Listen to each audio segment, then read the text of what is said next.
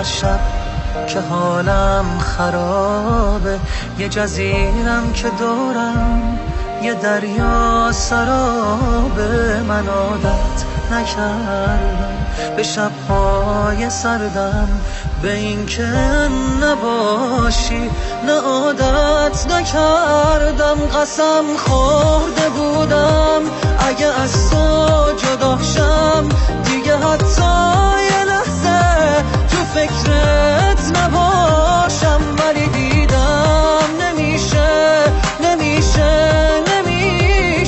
که فکرت نباشم، نه دیروز و نه فردا، همیشه. قسم خورده بودم اگه از تو جدا شم دیگه حتی یه لحظه تو فکرت نباشم، ولی دیدم نمیشه که فکرت نباشم، نه دیروز و نه امروز و نه فردا، همیشه.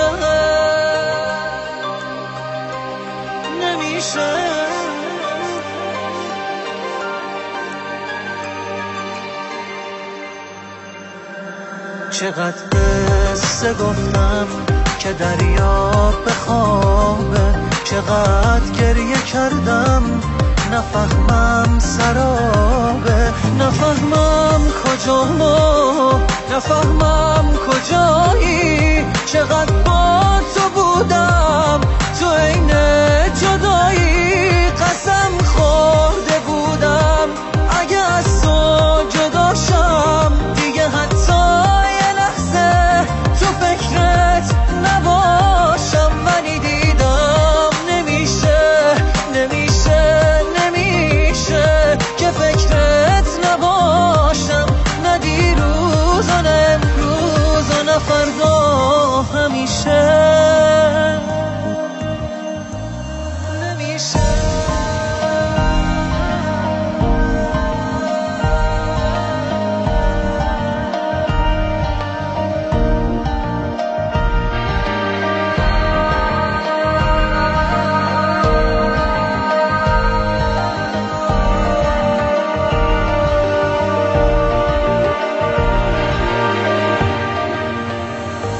قسم خورده بودم اگه از تو جدا شم دیگه حتی یه لحظه تو فکرت نباشم، ولی دیدم نمیشه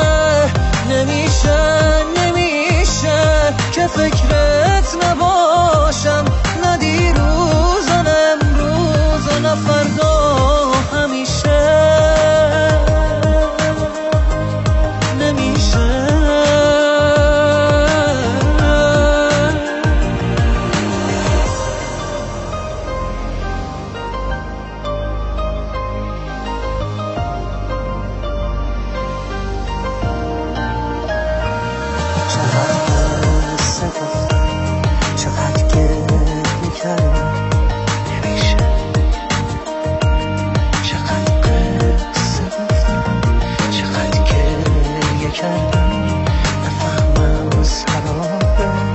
چقدر قصه گفتم